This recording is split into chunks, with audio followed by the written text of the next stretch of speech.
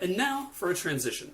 We're going to segue from the data structure we've been talking about so far, which is the graph, into a new data structure called a tree. I think that I shall never see a graph as lovely as a tree. Right away, we are faced with the terminology issue because there are actually two distinct things that mathematicians sometimes call trees, and the one that they call a tree tends to be the one that they use the most often, and then they use an adjective for the other one to sort of distinguish it, right? So we're going to be talking about free trees in this segment, and then in future segments we'll be talking about rooted trees. And the reason they use different terms is because of one is more familiar than the other, right? So you can think of it as if you had a family of Joneses, and one of the kids in the Jones family was Mary, so her name is Mary Jones. Suppose she had a friend at school named Mary Smith.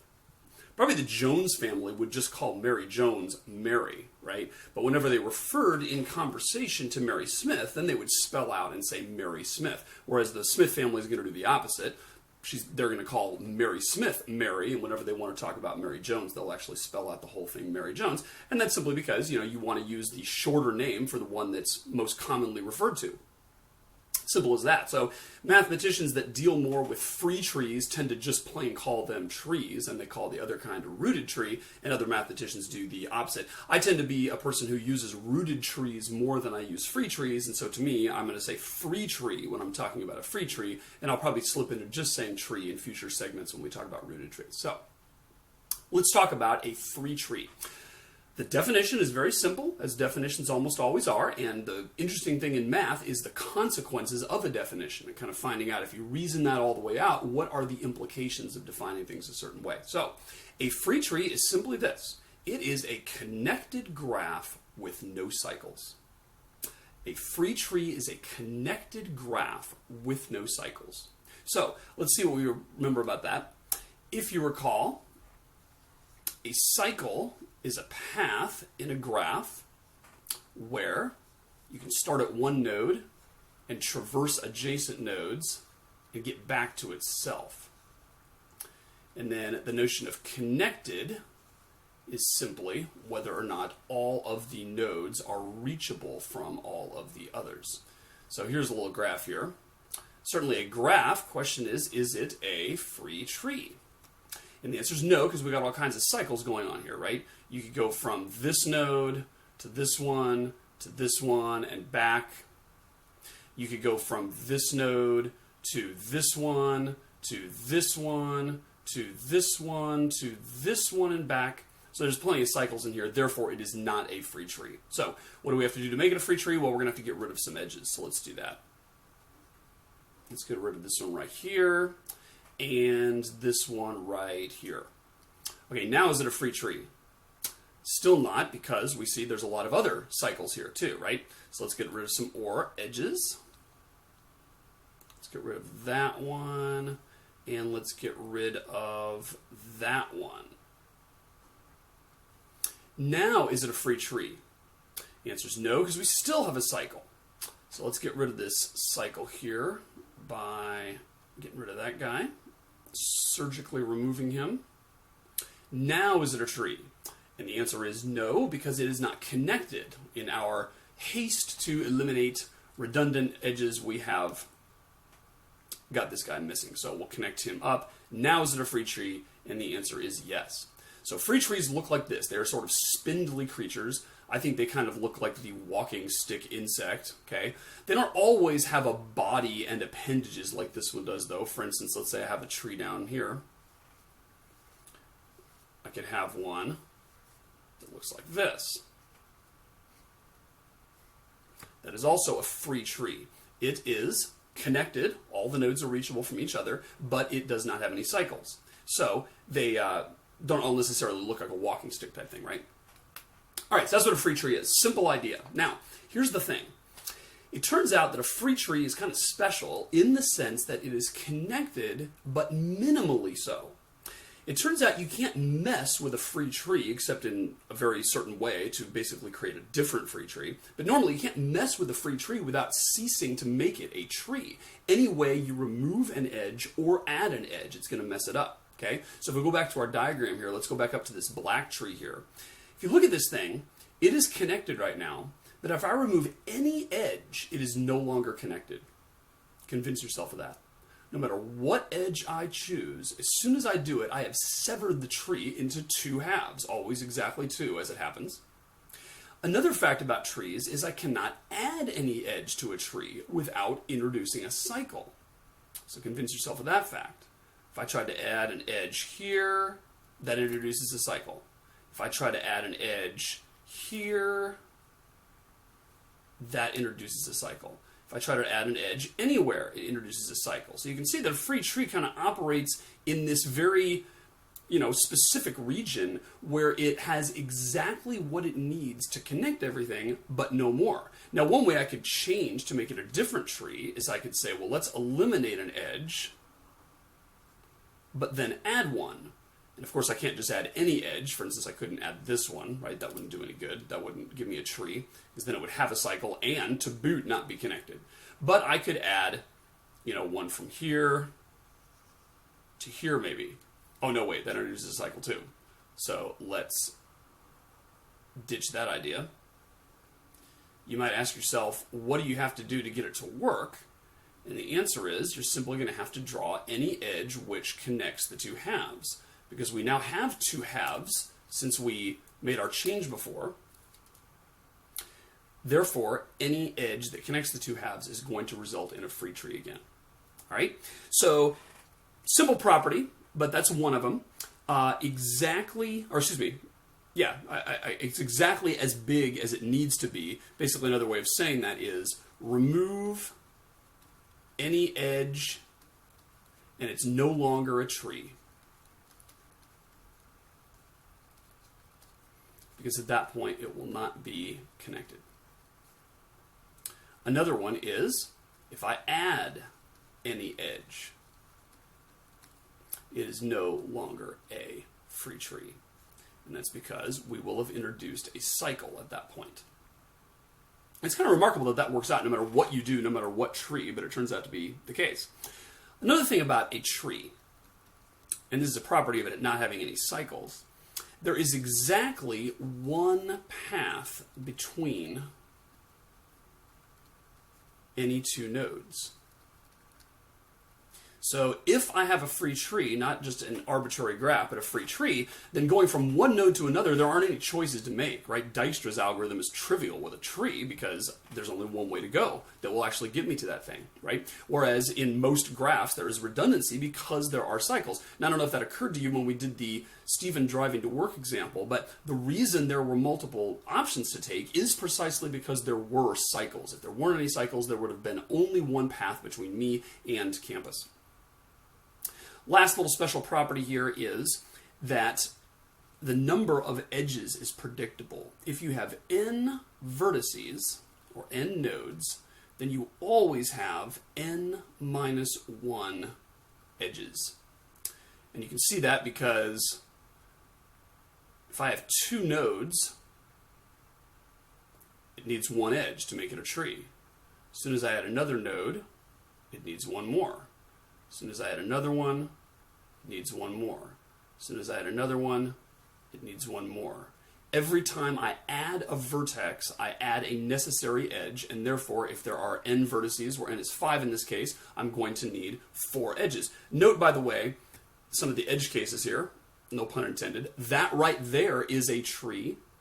That is a graph which has one vertex. It is connected because all the vertices, all one of them, are connected to each other. And it is also, there's no cycles, right? Because there aren't any paths at all. Another one that is a tree, another little edge case here, is this one that I just drew on the left-hand side of the screen. Okay? In other words, the empty graph that has no nodes in it at all. That is also considered a tree because it is, it satisfies the properties. All the vertices, all 0 of them, are connected together, and of course there aren't any cycles because there aren't any paths, right? So that's the notion of a tree. Now, you might wonder why are free trees important? So one reason they're important is because if you think about it, they connect an entire graph. They connect all the nodes, but with nothing extra. Okay, so they're minimal in that sense. They don't require, or don't contain rather, any duplicate edges, any unnecessary or redundant edges. And one reason that is important is if you ever have an application where you have to connect all the nodes, but you want to do that in the minimum way possible, you don't want to add any duplicates, right? So for instance, let's say I have a bunch of computers in my building and I want to make sure they're all connected to the internet. I need to make sure that every single one of those computers is connected to all the others. Somehow there needs to be a path between every two pair of computers, and then one of them is actually going to be connected to my ISP and go to the internet, but they clearly have to all be connected. Now, can I add duplicate communication paths? Sure, but it's a waste of wiring, right? Why would I want to waste wire? I want to connect all the computers without having any extra. Take an ancient example. What if you're a Roman emperor and you want to connect all your cities with aqueducts? You clearly don't want to waste any mileage of aqueducts, right? Because that is extremely costly to build. All that stone and all that labor to move around, leaks, etc. Whew, what a pain, right? You want to have the minimum amount of aqueduct length possible, but you have to connect all the cities so they all have water. Therefore, you clearly want a tree, not just an arbitrary graph. If you had an arbitrary graph, you'd end up connecting things more than once, and that wouldn't be any good. Now, we can carry this idea of minimal a little bit further when we're going to talk about Prim's algorithm for finding the minimum spanning tree. So let's talk about what spanning tree means, and then we'll talk about a minimum spanning tree. So a spanning tree is a tree, but when we talk about a spanning tree, we mean a specific kind. We mean one that is a subset of the edges on a graph.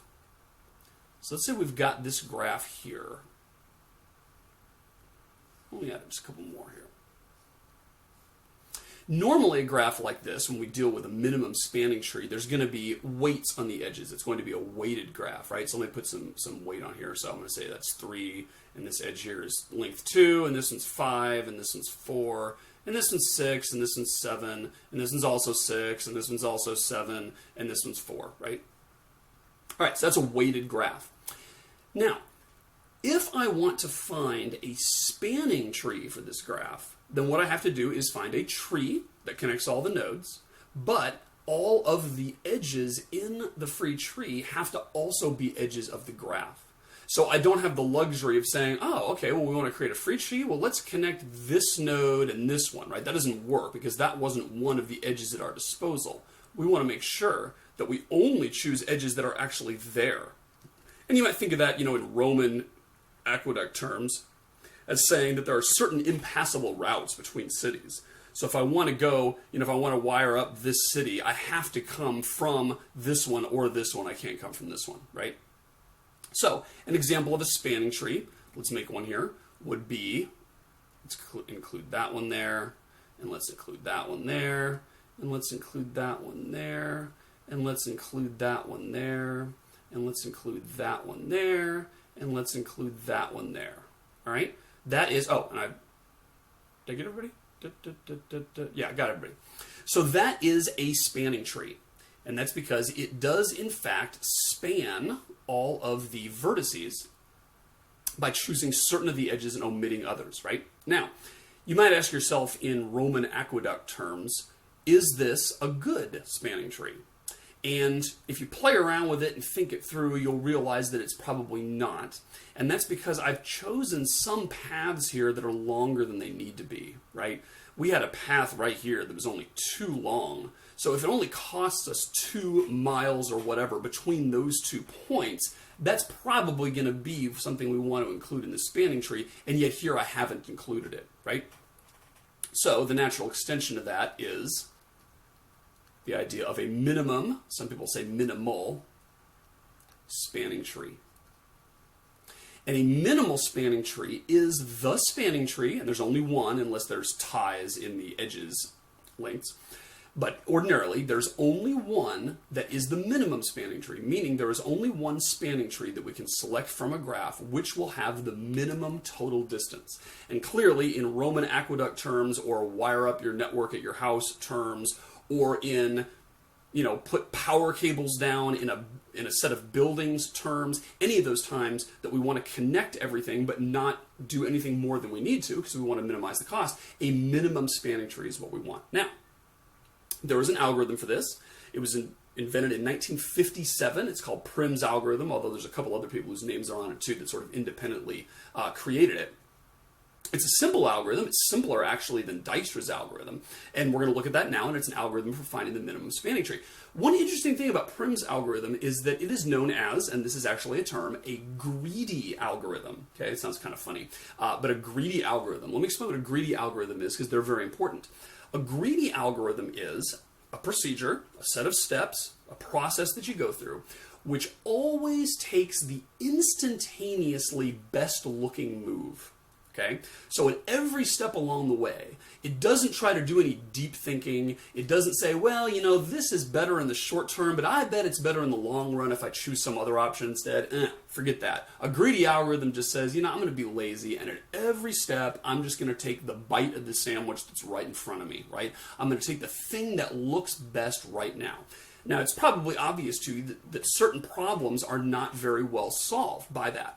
You can imagine chess, right? If I say, well, I want to take the move right now that looks like it's the instantaneously best for me, I'm probably going to do some dumb things, right? If someone sets up a sacrifice, I'm probably going to bite on it because I'm going to say, wow, at least I capture a piece right now. Who cares if I get checkmated in 3 moves, right? So a greedy algorithm doesn't work well for that. And in fact, Dijkstra's algorithm was not completely greedy, right? Because it left open the possibility of revising some of the routes later. It said, well, let's mark our arrow here and let's mark the tentative distance, but I kind of always have in the back of my mind that a subsequent path may come up that turns out to be better, and I can revise that, right? Prim's algorithm, though, is completely greedy, and it turns out, which is not obvious, but it turns out in this case that Prim's algorithm is guaranteed to give the right answer, as an algorithm should be. It is not a heuristic. It will always give you the minimum spanning tree, even though it does so in a very dumb way, by simply saying, let's just take the instantaneously best-looking move in the short run every time, right? And here's what it looks like. Prim's algorithm for finding the minimum spanning tree. First thing we're going to do is pick a node. So unlike with Dijkstra's algorithm, where we started off saying our goal is to go from Stephen's house to UMW campus, right? We couldn't just sort of pick an arbitrary node because there was a starting point that we had in mind. But the minimum spanning tree, we can just sort of say pick any node because we know they all have to be connected eventually anyway, right? We're going to pick a node, and then notice that once you pick a node, it is a tree. So I know that's weird to put your head around, kind of like saying the empty set is a subset of something. Seems weird because there aren't any elements in it to be present in the other set, but nevertheless it's true. And the same thing is true here. Pick one node and say, okay, that's my tree so far, and that's completely legit because a node is a tree by itself. Then, all you do, as easy as pie, is you say, while I haven't connected everything yet, pick the thing that's closest to the tree, pick the node that's the shortest distance from my ever-expanding tree as I build this thing out, and connect it. Lather, rinse, repeat. Continue, continue, continue, add the closest node, then add the next closest node, then add the next closest node, then add the next closest node, and you are going to end up with the minimum spanning tree. It's surprising to me that that actually works.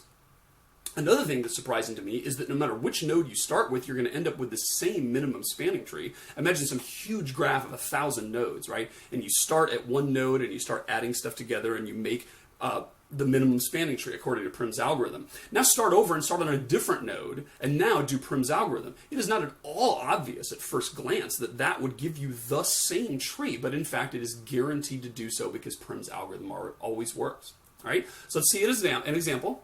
So here's the tree that we just had, and we sort of, alluded to the fact that that's kind of a sucky tree because we used some edges that were longer than they needed to be. So let's do another one, and we'll make this a green tree, as trees ought to be. I'm going to start with this node just at random, okay? So I'm going to say we're going to start there, and then let's run the algorithm. First thing we do is connect the node that is closest. Which one is that? We got one that's 5 away, one that's 6 away, one that's 7 away. Clearly, the one that's 5 away is the best one because that's the shortest path. So notice that coincides with a red edge. So actually we had that part right in our first guess as to what a good spanning tree would be. All right, and now we've added this. So now our tree consists of this barbell looking thing, right? These two nodes. And we are now going to connect the one that is closest. Which one is closest? Looks like it's this guy right here. Because we got a node that's 4 away from the tree. We've got one that's 6 away from the tree. We've got one that's 7 away from the tree. Clearly 3 is better, so we're going to color this in right here and add this to the tree. And so again, that red node, or red edge rather, was the right one. Now what node is closest to the tree? And here's where our red thing was suboptimal, because it looks like this is the best thing to add, according to Prim. So we have now added that one there, and now we've departed somewhat from the red tree. Now, what's the closest? Well, we have one that's 4 away. We've got one that is 7 away. We have got another one that is 4 away. And so here we actually have a choice, right, as far as to which one to add. I'll just add this one just at random. So now we're going to stitch this into the tree just like that. And now we are going to say we have another one that's 4 away. And we have one that's 6 away. Clearly we want to add the one that's 4 away. By the way, this node here that I said is 4 away, it's also 7 away, right? But of course we're not going to connect it there. That'd be dumb. That was the red thing, as we alluded to before, as a bad choice if you want to minimize the distance. So we're going to add that one here and stitch that node in. And then this last one we're going to stitch in. And of course we're going to choose the 6th path instead of the 7th path. So if you look at that green tree, you will realize it is a spanning tree. I know it looks kind of weird because it's crossing here in the middle, right? And so you kind of have to disentangle it in your mind to sort of see that it is in fact a tree and does not have any cycles. I cannot start at any node and traverse only green edges and end up back to myself. But let's figure out how big this tree is, right? If I took the total length of it, I got 6 right there, plus 4 right there, plus 3, plus 5, plus 2, plus 4. Looks like that was the, those were the edges that I chose, right? So that's going to end up being 10, 13, 18, 20, 24. So that's going to be a total path of 24. Now, if I look just for comparison at my red tree here, we also had the 4 branch, and we had the 7 branch. We had the 5 also coming down the middle. We had that 3 in the upper left. And then we had a 7, and then we had a 6, right? So the same number of edges, that's kind of a good sanity check here, right? We had 6 total edges there because we have 7 nodes.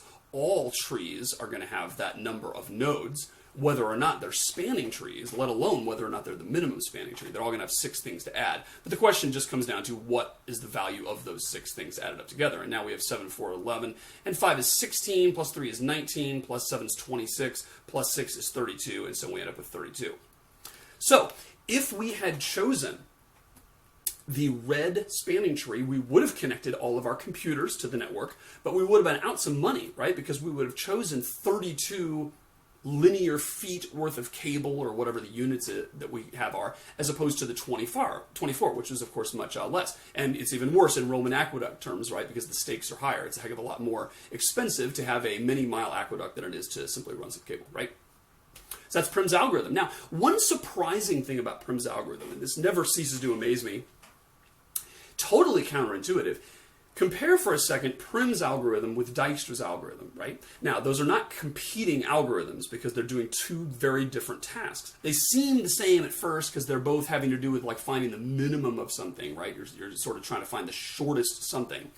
But they're different because, you know, Prim is finding the entire minimum spanning tree as opposed to Dijkstra's, which is just finding the shortest path between 2 nodes. But wouldn't you expect that if you had Dijkstra's shortest path algorithm and figured out the shortest distance between 2 points through the graph, and then you figured out what the minimum spanning tree is, wouldn't you assume that the shortest path would be part of the minimum spanning tree?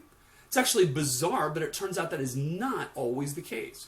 It is possible to figure out the shortest path between 2 nodes, bar none, and yet, if I connect all the nodes in the smallest, minimal way, I'm not going to end up connecting all of the nodes that were on that shortest path. Let's see an example. And the example I'm going to give you is actually the Davies family example from before, right? So you remember we had the Davies house down here, and then we had Harrison or Jeff Davis, and we had Sons County, and we had Central Park, and we had the Cloverleaf, and we had Route 3 and William, and we had our destination up here, UMW, and then over here we had Lafayette and Littlepage, then here Blue and Gray Parkway, right?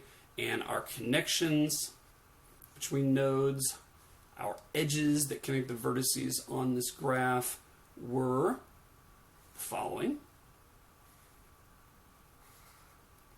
And then when we assigned distances to them, I did that thing with the traffic, but let's backtrack off that and just say, we're going to say that's 5 and that's 1. So this is a no traffic day.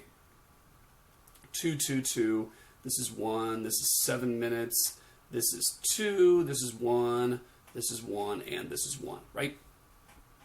And if you recall, when we did Prim's algorithm, or excuse me, Dijkstra's algorithm, we ended up with this path being the best. We started there, and then went there, and then didn't go to 95. Instead, we went to Route 1 up to this intersection here. And that's because even though this was 2, which is a very attractive option when compared with 5, it took 2 minutes to get there and 2 minutes to get back, right? And so by the time you do that 2 plus 2 plus 2, it actually takes you 6 along that path instead of just the 5 shooting straight up Route 1, right? And then we went here, and then we went here, and we ignored all these possibilities over here on the right. And that ended up being our shortest distance between 2 points, which was 1 plus 5 is 6, plus 1 is 7, plus 1 is 8. 8 minutes to campus. That's how long it takes me on a good day. Now, let's run Prim's algorithm on this same thing. And what we'll do is we'll pick a node at random. I'll just pick this one. And the first thing we do is connect to the closest unconnected node, which is that guy. Then we can either connect this one here or this one here, because both those are 1 away. I'll just pick at random this one. Now, which is the next closest node to the tree? Again, we have a choice, because this is 1 away from the tree, and this is 1 away from the tree, so I'll connect this one. Now, what's our closest node? Now, this one is unequivocally the closest. All right, now what are we looking at? We got a 7 away here. We've got a 5 away here. We've got a 2 away here. And so we're going to choose this one. And right there is our departure from what Dijkstra told us about the shortest distance between 2 points. Now we got a 2 and a 5 and a 7, so we're going to choose the 2. Now we've also got a 2 and a 5 and a 7, so we're going to choose the 2. And now we've got a 1 and a 7, and so we are going to choose the 1. And that is our minimum spanning tree. So squint your eyes and look only at the red, and then squint your eyes and look only at the green. And I just find it fascinating that I-95 is included in the minimum spanning tree, yet it is not in the shortest distance between 2 points. And I guess that's really because, when you look at it, as I said before, by the time you go all the way over to 95, you've spent 2 minutes getting to the left, 2 minutes going up the highway, 2 minutes getting back to the east, and by that time you might as well just have gone straight up Route 1 and done the 5. But Prim's algorithm is different. Prim's algorithm says we have to reach every node, right? So we're going to have to go over here anyway. So it's sort of a different logic. Now you say, well, gosh, if I end up having to include this node, and I also have to include this node, then I've got to come over here, so there's no way to avoid it. And then it turns out that since I have to come over here anyway, well, heck, why connect them with the 5 path when you can connect them with the 2 path? So it's a different logic, but it ends up giving you, the optimum answer to a different question. And so again, Prim's algorithm and Dijkstra's algorithm give you 2 different answers to 2 different questions. They do not contradict each other. They are just answering 2 different things. Finally, let's just verify to ourselves that you do, in fact, get the same minimum spanning tree no matter where you start, right? So let's do a blue one. Let's start at a different node here. Let's start in the bottom left. So we'll start here. And now which one do we connect? Well, we can connect this one, or we can connect this one. Just at random, let's connect I-95 since we've been talking about it. Now, again, we have a choice between this 2 up here and this 2 down here. I ignored this 2 down here before, so I'll go ahead and do it now so it doesn't feel so bad. Now we have to connect this guy for 2, or we can connect it this way for 5, which would be totally dumb, or we can connect down to my house for 1. So let's go ahead and do that. Again, we're going to be greedy. Forget about planning ahead. Let's just always choose the thing that gives us the best immediate advantage. Now we're going to connect this guy for 2. Now the next one that's closest is this one here for 1. And heck, as long as we're over here, we're in a gold mine now. We can do this for 1. We're going to do this for 1. We're going to do this for 1. And then we are done, right? So again, the blue paths are exactly the same as the green paths as I predicted. And that's because Prim's algorithm always gives you the correct answer, which is the spanning tree, which has the minimum total distance.